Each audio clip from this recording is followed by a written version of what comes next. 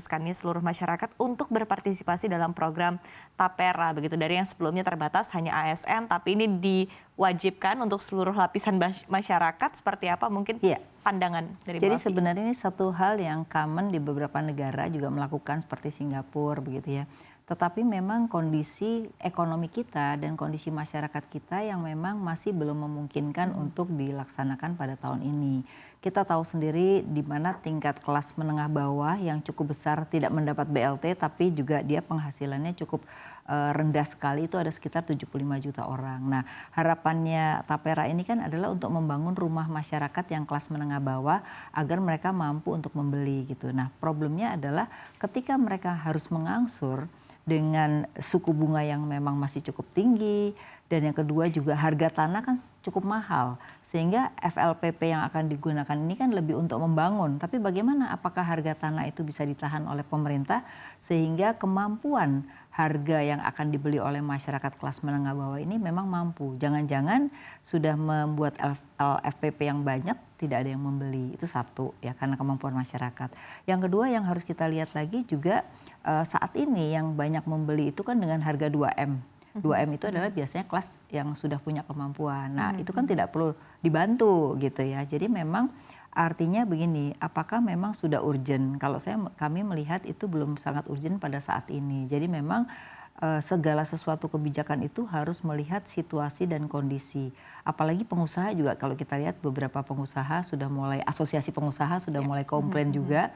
Karena otomatis dengan mereka dipotong lagi, penghasilan mereka juga menurun, ya kan?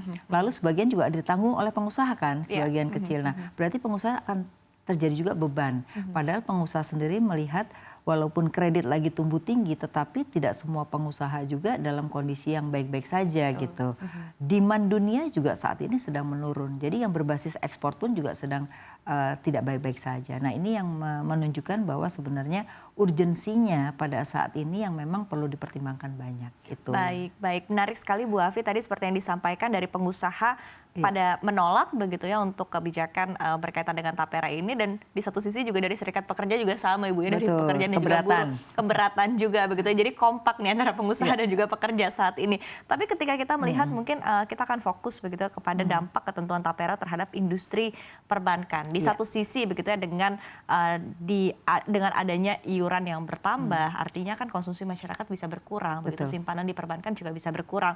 Tapi di sisi lain juga uang yang ditarik, iuran yang ditarik dari masyarakat ini juga kan akan disimpan oleh perbankan begitu. Tapi seperti apa mungkin landscape-nya dari kebijakan ini kepada industri perbankan? Jadi kalau kita lihat dari total 100 sekian bank, itu hanya 23 bank yang fokus kepada pinjaman KPR sebenarnya. Jadi nggak banyak juga gitu loh. Sehingga kalau kita lihat apakah mereka itu bermain di kelas menengah bawah? Enggak. Yang paling banyak main di menengah bawah itu adalah BTN terutama, karena mereka punya concern terhadap masyarakat kelas menengah bawah. Tapi untuk yang lain tidak banyak yang main di sana ya. Tetapi memang ada potensi pasar yang besar, yaitu sektor informal. Tapi saat ini kemampuan bank untuk memberikan pada sektor informal masih terpengaruh pada penghasilan tetap kan gitu. Jadi ini juga ada sisi lain yang sulit dilakukan oleh bank karena sektor-sektor informal ini belum terjangkau gitu. Nah, ini yang mungkin perlu dirumuskan dulu, bagaimana agar sektor informal yang punya kemampuan, karena nggak semua sektor informal juga tidak punya kemampuan, itu bisa menjangkau perumahan gitu. Jadi menurut saya harus dilihat demand-nya dulu. Kalau demand-nya ternyata walaupun katanya ada backlog 9 juta, apakah benar itu ada demand-nya apa enggak gitu. Karena backlog belum tentu diikuti dengan demand. Betul sekali. Jadi kita bicara backlog itu kan hanya prediksi, tapi bahwa apakah benar-benar ada demand ya, itu saya rasa juga perlu dipertimbangkan. Nah, yang berikutnya kita kan juga ada BPJS ya kan, BPJS Ketenagakerjaan sebenarnya. Nah, itu kan juga kalau kita lihat portofolio yang ditempatkan kan banyak di surat berharga. Nah, kenapa nggak itu juga bisa dimanfaatkan sebagai FLPP, karena LVP kan jumlahnya juga mungkin belum banyak-banyak sekali ya, sehingga nanti jangan-jangan ditarik dari masyarakat pindah juga ke tabungan, ke deposito, ke surat berharga. Jadi sama aja dong, berarti tujuan utamanya untuk FLPP tidak tercapai gitu. Nah, jadi kami lebih melihat bagaimana memanfaatkan sebenarnya BPJS yang ada saja untuk dimanfaatkan sebagai FLPP ya, itu satu.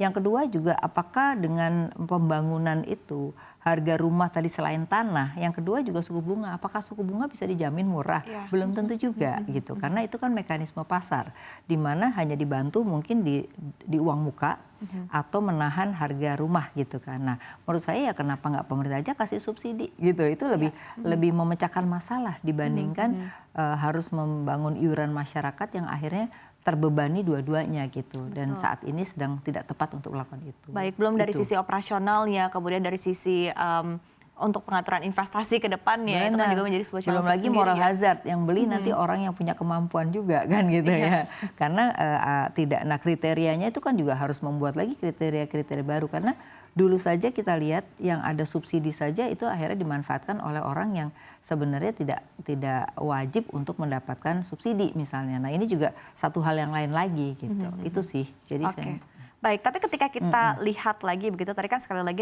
dana-dana dari program Tapera kan akan ditempatkan di bank konvensional dan juga bank syariah begitu. Kemudian ketika kita lihat kriteria yang tepat tadi selain yang disampaikan oleh Bu Afi begitu, tadi sudah sempat disinggung sedikit, tapi mungkin bisa dijabarkan lagi lebih lanjut seperti apa kriteria yang tepat untuk dapat membuat bank ini menjadi penampung dana bagi Tapera. Begitu ya. Ya kalau kita lihat sebenarnya dari 100 bank kan cuma 23 ya, sebenarnya harusnya FLPP ada kaitannya dengan kredit KPR-nya dong, sehingga harusnya yang bisa mendapatkan itu hanya yang berkaitan dengan KPR menurut saya. Tapi kalau di Tapera itu sendiri diumumkan ada lebih umum, yaitu KAR-nya bagus ya kan, kinerja banknya bagus. Saya rasa kalau itu dilakukan semua bank bisa mendapatkannya kan. Tapi terus apa manfaatnya gitu kan? Seharusnya adalah supaya mereka mau memberikan kredit kepada masyarakat, maka sebenarnya ya FLPP-nya atau iurannya harusnya kepada bank-bank yang memang memberikan KPR gitu. Nah, jadi nanti apakah nanti 23 bank mau memberikan semua itu belum tentu juga. Betul, karena ada preferensi masing-masing juga dari setiap bank. Apalagi ini kan kreditnya jangka panjang. Nah, di mana kredit jangka panjang itu kan mereka tetap lihat resiko dari tingkat pendapatan kan. Nah, berapa persen sih tingkat pendapatan yang wajar yang bisa untuk mengangsur. Jadi memang nantinya juga harus ada polisi pemerintah terkait dengan jangka waktu. Jadi kalau sekarang misalnya jangka waktunya 20 tahun mungkin harus 30 tahun gitu. Sehingga cicilannya bisa memenuhi kriteria dengan pendapatan mereka gitu. Karena pada dasarnya pendapatan mereka pasti kecil dan mereka sudah punya pinjaman di mana-mana gitu. Nah ini yang jadi masalah.